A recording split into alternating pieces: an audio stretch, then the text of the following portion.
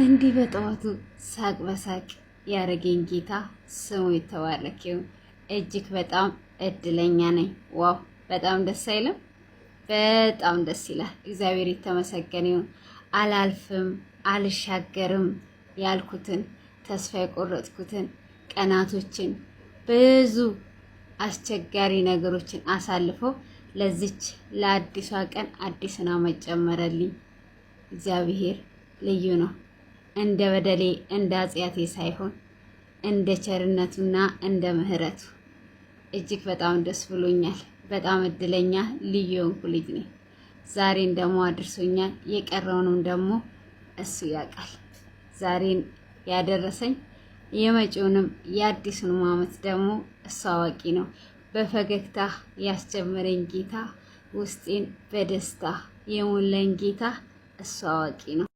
ሰላም ሰላም! ውድ የምወዳችሁ የማከብራችሁ የሲኒ ቤተሰቦች ሰላማችሁ ባላችሁበት ዓለም ዳርቻ በጥፍ ብዝት ይበልላችሁ። ዛሬ እንግዲህ መግቢያ ላይ እንደሰማችሁት ለየት ባለና እጅግ በጣም ደስ ብሎኝ ደስ እንደሚላችሁ ሰለማቅ ዛሬ በደስታ በሳቅ መጥቼላችኋለሁ። እግዚአብሔር ይመስገን። ይሄ በእኔ የሆነ ሳይሆን በእግዚአብሔር የሆነ ነው። እንግዲህ ነግቶ እንኳን ማለዳ ስናይ አዲስ ቀን ናት። ለእኛ ሁል ጊዜም አዲስ ቀን ነው። ሆኖም ደግሞ አመታትን ስንሻገር አናልፋቸውም ብለን ተስፋ ቆርጠን ብዙ ፈተናዎችን አልፈን ነው አመትን የምናየውና እግዚአብሔር ይመስገን። ሁል ጊዜም አዲስ ቀን ነው ለእኔ። ሁሌም ነግቶ ሳየው አዲስ ቀን ነው፣ ግን እቺ ቀን ለየት ትላለች። ለዛም ነው እንጂ ሁሌም አዲስ ነው። ጠዋትን ስታዩት ማለዳ ስታዩት ለየት ያለ ስሜት ለየት ያለ አየር ነው ያለውና እግዚአብሔር ይመስገን ዛሬ ያበቃኝ ለእናንተም ደስታዬን ላካፍላችሁ የረዳኝ ጌታ እግዚአብሔር የተመሰገነ ይሁን። ከኔ የሆነ ነገር ምንም ነገር የለም። ሁሉ በእግዚአብሔር ነው የሚሆነው።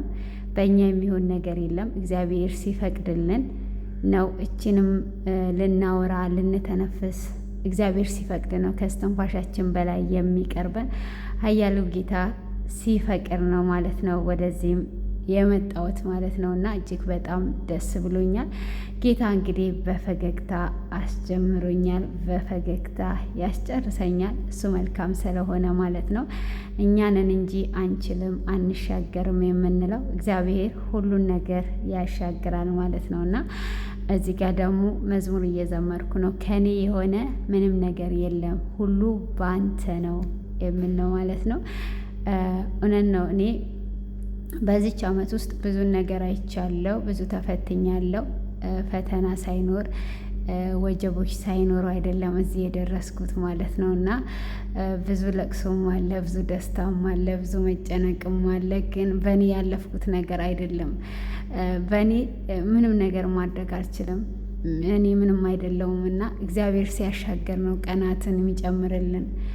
እግዚአብሔር ካልፈቀደ የሚሆን ነገር የለም። አንድ ነገር ደግሞ ፈተና ወደኛ ሲበዙ ሲጫጫነን እንደምንችል ያውቃል እግዚአብሔር። ሁሉን ነገር እንደምንሻገር ያውቃል። አስቀድሞ ያውቀናል። ከመፈጠራችን በፊት ያውቀናል። እና እኔ በነገራችን ላይ አረብ ሀገር መጣለሁ ብዬ ህልም ኖሮኛ አያውቅም። ፋዘሬ አረብ ሀገር ሲባል በቃ በጣም ተደላድሎ ሰው ጽድት ብሎ የሚኖር ይመስለውና ይመኝልኝ ነበረ። ሆኖም ግን እኔ አረብ ሀገር ጭራሽ የመምጣት አላማም ሀሳቡም አልነበረኝም። ግን ደግሞ እኔ ባልኩት አልነበረም፣ እግዚአብሔር ባለው ነው የመጣሁት።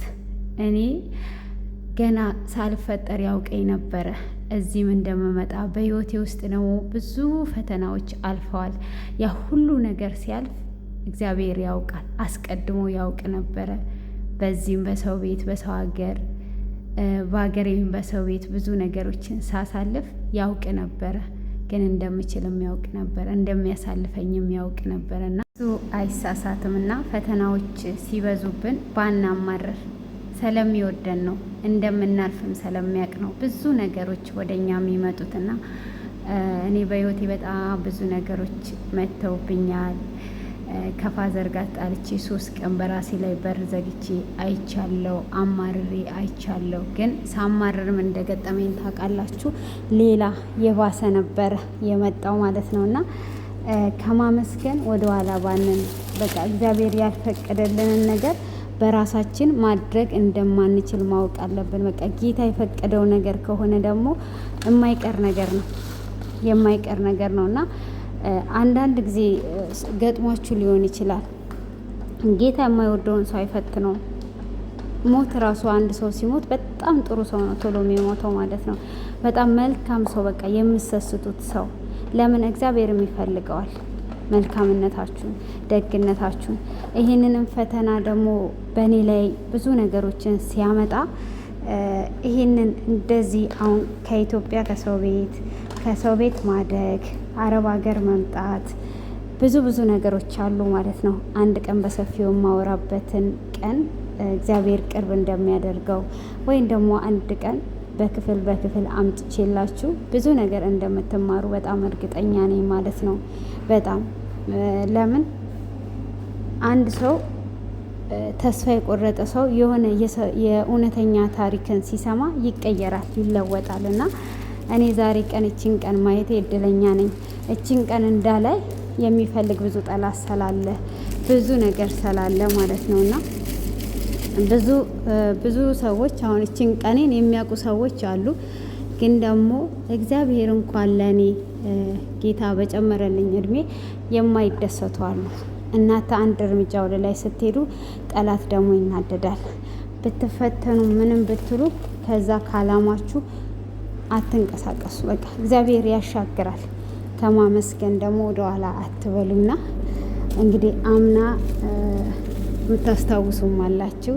መልካም በሚል ቻናል ነበረ ልደቴን ሳከብር የነበረው የኬክ ፕሮግራም ነበረ።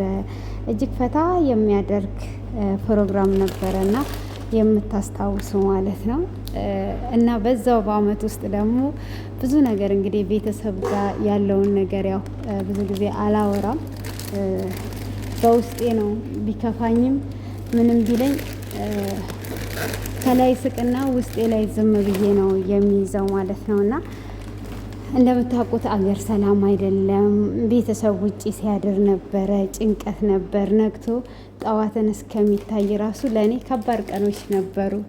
እና በሰው ሀገር ስትሆኑ ያው ታውቃላችሁ፣ እግዚአብሔር ያ ሁሉ ነገር ደግሞ አሻግሮ ዛሬ ያድርሷል።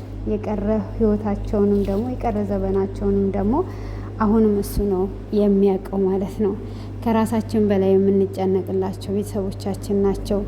ዛሬ እዚህ ጋር እኔ ሳወራ ከእግዚአብሔር በታች ለእኔ መድኃኒቶቼ ቤተሰቦቼ ናቸው። ምንም ነገር ብቦሳቀል፣ ምንም ነገር ቢቸግረኝ፣ ምንም ነገር ብሆን የማይጥሉኝ የማይረሱኝ ከእግዚአብሔር በታች እነሱ ናቸው እና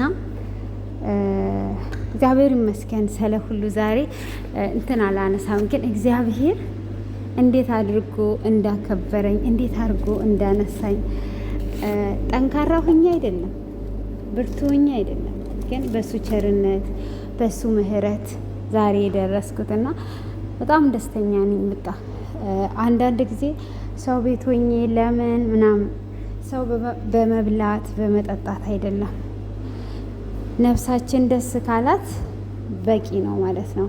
ብዙ ነገር ማዘጋጀት እችላለሁ፣ ብዙ ነገር ማድረግ እችላለሁ፣ ሰው ቤትም ብሆን ማለት ነው። ግን በመብላት አላምንም፣ በመጠጣት አላምንም። ደስ የሚለው ውስጤ ደስተኛ ባይሆንና ብዙ ነገሮችን ባዘጋጅ ደስታ አይመጣም። ግን ደግሞ ነፍሴ እጅግ በጣም ደስተኛ ናት። በዓለም እንደዚህ አይከፋኝም፣ ምን አይለኝም። ለምን? ይሄንን ቀን ያላየ ብዙ ሰው ስላለ ማለት ነው።